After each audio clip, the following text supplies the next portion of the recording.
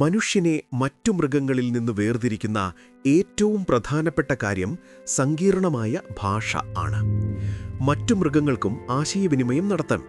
പക്ഷികൾ പാടുന്നു, കുരങ്ങുകൾ വിളിക്കുന്നു.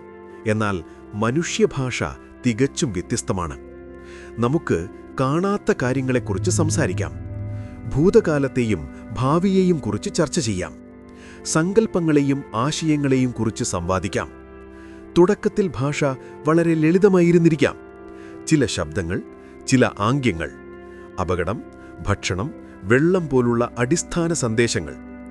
ഒരു വന്യമൃഗം അടുത്തുവരുമ്പോൾ ഒരു പ്രത്യേക ശബ്ദം, ഭക്ഷണം കണ്ടെത്തുമ്പോൾ മറ്റൊരു ശബ്ദം. പക്ഷേ കാലക്രമേണ അത് സങ്കീർണമായി. കൂടുതൽ വാക്കുകൾ, വ്യാകരണം, വ്യത്യസ്ത അർത്ഥതലങ്ങൾ. ഭാഷ മനുഷ്യനെ അവിശ്വസനീയമായ കാര്യങ്ങൾ ചെയ്യാൻ പ്രാപ്തമാക്കി. സങ്കീർണമായ സഹകരണം സാധ്യമായി. വിശദമായ പദ്ധതികളുണ്ടാക്കാം. വേട്ടയുടെ തന്ത്രങ്ങൾ ചർച്ച ചെയ്യാം. റോളുകൾ വിഭജിക്കാം. നീ ഇടത്തോട്ടു പോകൂ, ഞാൻ വലത്തോട്ടു പോകാം, അവൻ നടുക്ക് നിൽക്കട്ടെ എന്നൊക്കെ പറയാൻ കഴിയും. ഇത്തരം ആസൂത്രണം മറ്റു മൃഗങ്ങൾക്ക് സാധ്യമല്ല. അറിവിൻ്റെ കൈമാറ്റം സാധ്യമായി. ആ മരത്തിൻ്റെ പുറന്തൊലി കയ്പുള്ളതാണ്, പക്ഷേ അതിൻ്റെ വേര് മധുരമാണ് എന്ന് പറയാൻ കഴിയും. ഈ മൃഗം അപകടകരമാണ്, പക്ഷേ അത് വേഗത്തിൽ ഓടില്ല എന്ന് വിശദീകരിക്കാം.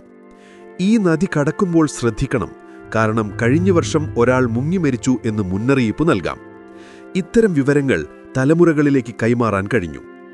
സാമൂഹിക ബന്ധങ്ങൾ ശക്തമായി. കഥകൾ, തമാശകൾ, ഗാനങ്ങൾ ഇവയെല്ലാം ആളുകളെ ബന്ധിപ്പിച്ചു. തീയുടെ ചുറ്റുമിരുന്ന് അവർ കഥകൾ പറഞ്ഞു. ഇന്നലെയുടെ വേട്ടയെക്കുറിച്ച്, കാട്ടിലെ ഭീകരമായ ജീവിയെക്കുറിച്ച്, പൂർവികരെക്കുറിച്ച്. ഇത്തരം കഥകൾ സംഘത്തെ ഒന്നിപ്പിച്ചു. ഒരു പങ്കിട്ട സ്വത്വം നൽകി. അമൂർത്ത ചിന്ത സാധ്യമായി. ന്യായം, ധൈര്യം, സ്നേഹം പോലുള്ള ആശയങ്ങളെക്കുറിച്ച് സംസാരിക്കാൻ കഴിഞ്ഞു. നല്ലതും ചീത്തയും എന്താണെന്ന് ചർച്ച ചെയ്യാം. ഭാവിയെക്കുറിച്ച് ആലോചിക്കാം. മരണത്തെക്കുറിച്ച് സംവാദിക്കാം. ഇത്തരം ചർച്ചകളിലൂടെയാണ് തത്വചിന്തയും മതവും ആരംഭിച്ചത്. ഏറ്റവും പ്രധാനമായി ഭാഷ സാങ്കല്പിക യാഥാർത്ഥ്യങ്ങൾ സൃഷ്ടിക്കാൻ സഹായിച്ചു. നമ്മുടെ സംഘം, ആ പർവ്വതത്തിലെ ആത്മാവ്, നമ്മുടെ പൂർവികർ നമ്മെ കാണുന്നു. ഇത്തരം വിശ്വാസങ്ങൾ ആയിരങ്ങളെ ഒരുമിച്ച് നിർത്തി.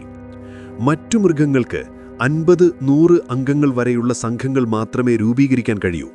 കാരണം അവർക്ക് എല്ലാവരെയും വ്യക്തിപരമായി അറിയണം, വിശ്വസിക്കണം. എന്നാൽ മനുഷ്യർക്ക് പങ്കിട്ട വിശ്വാസങ്ങളിലൂടെ ദശലക്ഷങ്ങളെ ഒന്നിപ്പിക്കാൻ കഴിയും. നമ്മളെല്ലാവരും ഒരേ ഗോത്രത്തിൽപ്പെട്ടവരാണ് എന്ന് വിശ്വസിക്കുക. നമ്മളെല്ലാവരും ഒരേ ദൈവത്തിൽ വിശ്വസിക്കുക.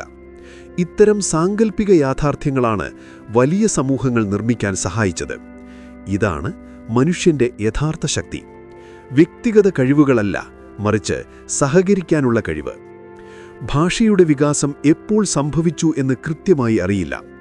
ചില ശാസ്ത്രജ്ഞന്മാർ പറയുന്നത് ഏകദേശം 2 ലക്ഷം വർഷങ്ങൾക്ക് മുൻപാണെന്നാണ്.